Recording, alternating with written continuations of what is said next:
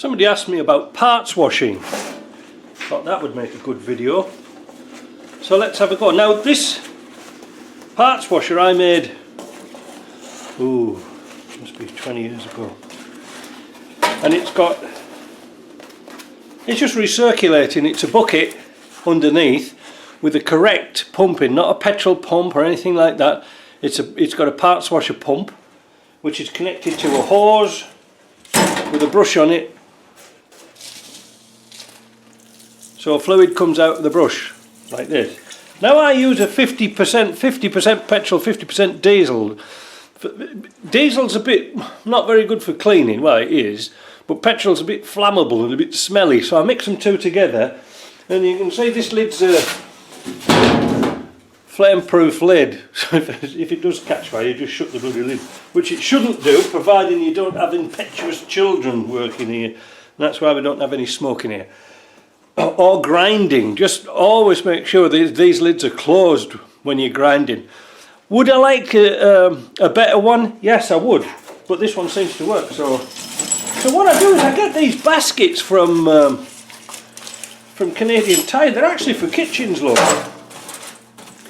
So they're just a very fine mesh basket, but they sit and straddle nicely over your parts washer. So when you're going over with your bit of cleaning fluid, you know, and you're not really damaging anything, but it allows the dirt to go through.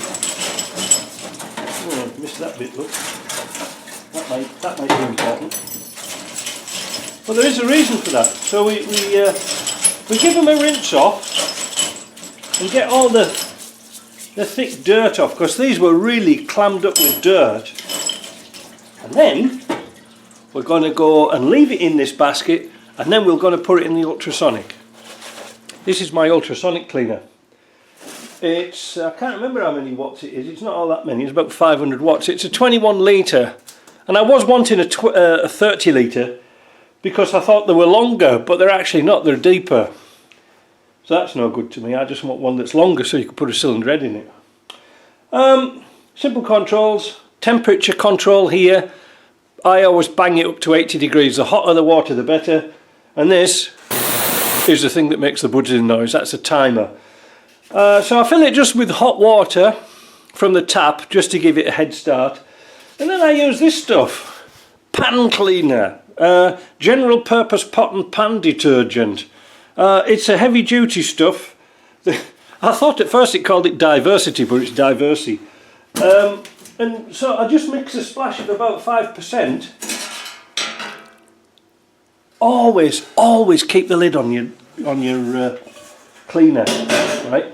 Because if you don't and the heater's on, this will actually boil away to next to nothing. All right. Now it's got a basket in the bottom. Always use a basket. Never put anything direct contact with the ultrasonic, otherwise it can wear a hole in it. Also, another top tip: these baskets are rubbish. And what I did was I got some plastic tube and tie wrapped it to the bottom to keep it off the bottom, because any dirt it wants to go down and not floating around inside your solution. So there's the solution. So I'll leave that basket in, and then we take the parts that we've taken directly out. We don't do anything to them. You could rinse them like that, I suppose. Plonk them in, and then we're going to set the machine on. You cover your ears.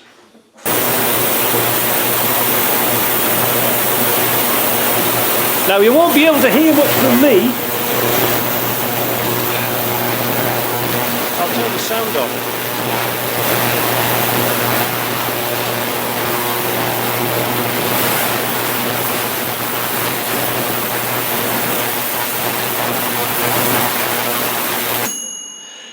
Just turn the sound off. You can see how it bubbles and pushes away all that greasy oil, and you can see how discoloured the water comes instantly. I don't think they're particularly good at getting absolutely every piece of garbage off. You know, they put bearings in and they all come up nice and shiny. Well, that's not always the case.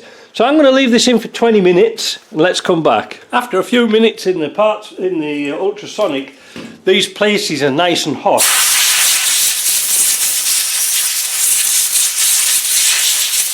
So give them a dry off,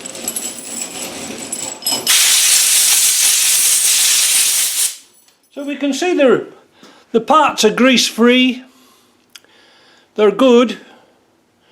We'll have an inspection of them, but I'm going to just put them through the glass bead just to tidy them up okay. Now look, you see how the bolts come out? They're ready to put Loctite on. We don't need to see what they're like, so you know what I mean, like inspection, because they're bolts. And that ring's okay, so we don't need to do that. And the thrust washers, we don't need to do those. Yeah, they're all lovely and dry and grease free, you see, so that's good. Right, what else have we got left? Well, we've just got some basic planetary gears and bits and pieces like this. Now this is a clever thing about this basket as well, because everything's nice and dry now, so I can put it into the bead blaster. Once out with the blaster, now because there's a lot of dust on that from the blaster, we're going to put it back into the ultrasonic for a few minutes to vibrate any dust and particles off. Now I threw everything in here, but we're going to put new, when we get the rebuild kit, it comes with these new thrust washers anyway. But the thing we're concerned is looking at the gears and the teeth. So let's put it back in here, then we'll go on the bench and have a look at what the end results are. With all the parts now nice and clean, we put it into ducats so we know where all the parts are individually, and now we'll have a look at them. Now I've got to tell you a little secret, that we're changing all these gears anyway and the cross shaft, because we're going to make something a little bit better. I've just ordered a heavy duty cross shaft gears, the works, from Ashcroft's, and we're also going to be putting a 1.3 gear ratio into this transfer case instead of the 1.4. The 1.2s are a bit too high for a 110, so we're going to do that. But anyway, look, we're going to inspect everything for wear. Now when I put it through the blaster, we try to avoid any bearing surfaces, but sometimes it's a little bit difficult. But we can see, I don't know if you can see straight away on here, that this shaft is worn. Can you see? I might take some pictures of the worn parts and put them here so you can see, but that's worn, and usually the opposite side's worn. Yeah, there it goes. Now you wouldn't have seen that if it was dirty. Kaput. Yeah, this one's got a little bit of wear on it, so has that one. If we put the gears on, put them on the right way around, you can see they're a bit chattery. Now if you put them onto a place that's not worn, in a minute, let's find that one that was really worn. Yeah. Move it onto a place that wasn't so worn, so you can actually sort of eliminate. See, look, it's worse there. See? So the gears might not be worn, but the shafts will be. There's something to watch for. Come on. These gears, again, stay away on your blaster from the machined surfaces, the ground surfaces, bearing surfaces, and what we're looking for is any marks or irregularities in the teeth. These are actually quite good, so I think the gears in this could be used again. These brass copper thrust washers, don't worry about them because they'll come in a kit. That's one thing out the way, so we keep that in a ducket, we put that out the way. Next we'll come to something really important that's often overlooked. I wish I could put my bench back so I could see a bit more. This is a selector for the high and low. Yeah, is it high and low? Yeah. This is the selector, right? And you get a lot of clonking in your gearbox, don't you? You know, you get a clonky. Well, I want you to show something. If I slide that selector out, can you see the teeth in here? How bad they are? So wait a minute. They look like they're machined. Can you see that? Yeah, you should be able to see that now. They look like they're machined with steps, but they go onto here. Well, I'll just put that on there just to lose that bush. Sounds familiar? Same with this end. Because the grooves in here are chattering on the teeth here. However, Where's the other bit gone? Right. This bit, you can see there's got a groove all the way around it. It's not so pronounced, but you can see where it's been catching, because once that's locked in, you can see where one part, this part here, locks over the high range, because that's mostly the part that people actually use. So it uses over there, and I'll just pick a gear up at random. That one. So that's going to cause a lot of chattering. This is £140 from Ashcroft's. If this gearbox had a better oil in it, or some oil in it, we could get away, you know, we might not find that wear. Now it's not until I get another good gear, well, when we get the 1.3 ratio gears, we get another gear with this. So that's not so bad. So we can then put the new gear onto these and, you know, this selector hub, and find out if there's any wear. It should be nice and tight actually. One other thing to observe on this spline here, look at it very closely if you can, and see that, wait a minute, teeth like this here, you see this one I'm pointing to? It's knocked over. That's when you sort of grinded it into gears and stuff like this. Now we can remedy that by just putting a little stone and taking that burr off. Have I got a hub? Yeah, here, look. Let's do it like this. So if I put that hub on a place that isn't damaged, it goes on nice, and it's not too bad. It's a good selection. But if I move it around one tooth and try and put it onto the other ones, it's a little bit tighter. You know, it doesn't always go nice. So there's just a little observation. Just look at the teeth and see if they're burred over. Just knock them out. Now, people probably say, oh mate, when you took these out you didn't mark them. Well, they are marked from the factory with a 5 and a 5 on them, so that's not too bad. Threads are good, everything's good. I'm going to go down to the machine shop today and get him to make me a tool to push the bearings on and off, if you see what I mean. This is an old bearing. We're replacing all the bearings, but actually not too bad, but I'm just going to get him to make me a collar to fit around there and deep enough to go over the shaft so I can push it on and off. Well, that was for that one. That must have been for that one, yeah. So I'm going to get him to make me a tube so we can use that. So basically that's it. With gears, we're replacing everything else, but let me bring over the the main gears, and I'll show you what's wrong with those. This is your speedo ring, you know, your speedo output shaft. There's the gear. The gears never change no matter what other gear you put in this one, the corresponding one. It's usually blue with a 1.4 transfer case in the TDI. Yeah, all the splines are nice, everything's good on that. We have no problems with that.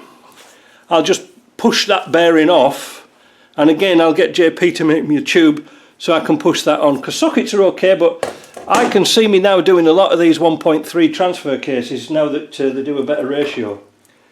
The gear here, the input gear, just make sure all the splines are nice inside. This has got the holes in, which is quite rare to find really. And again, we're going to get a bearing kit with all the bearings. We're going to show you how to shim it, but that's what you're looking for.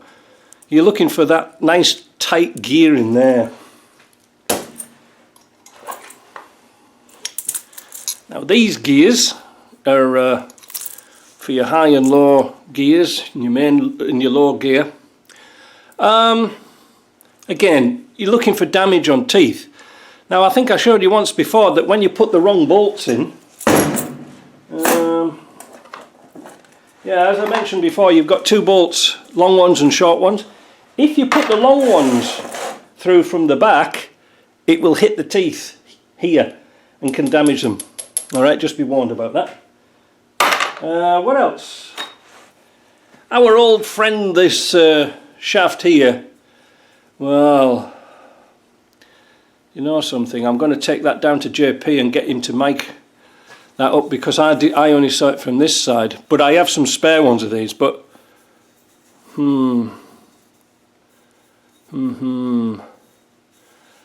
Can you see where this is pitted round here, where it's been banging around in the transfer case? Look, that's better, isn't it?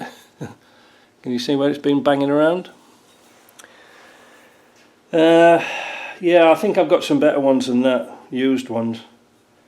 But, you know, like I say, these O-rings do leak. This is hard as iron, this ring. It won't even, look, it won't even flex. You know, when you push an O-ring, well, yes it will, it'll come off, look. That's because of my superior manly fingers. But it's hard, it's like, there's no bounce in it. But I am concerned about that groove there, because it looks like it's been banging around in the casing. I'll tell you what we'll do, now we've observed that, we'll have a look at the casing, because Ashcrofts do a bush kit for that. We might have to get one. The selectors are all nice, there's no wear in these grooves anywhere, so I'm happy with that. The rest's just sort of nuts and bolts. The same with the shafts. There's another box of bits and pieces over there, but that's basically it. There's not much to a transfer case. It's kind of simple, really. But let me try this shaft in the housing. Oops.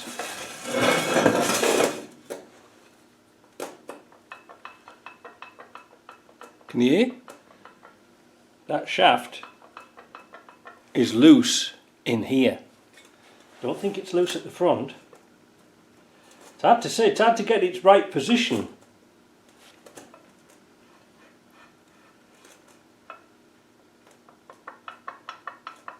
Yeah. Now, obviously Ashcrofts do a bush kit for this that we could have JP machine up, but there is a distinctive shoulder in here. Now I didn't see that the other day because I hadn't all the parts cleaned up. Let me see if I can get it, turn it different angles so you can see, probably can see it there, look. Can you see? I'll turn the casing. It's got a groove in it. So, we need some more bits. Now, Ashcrofts, like I say, they do a bush kit for here. I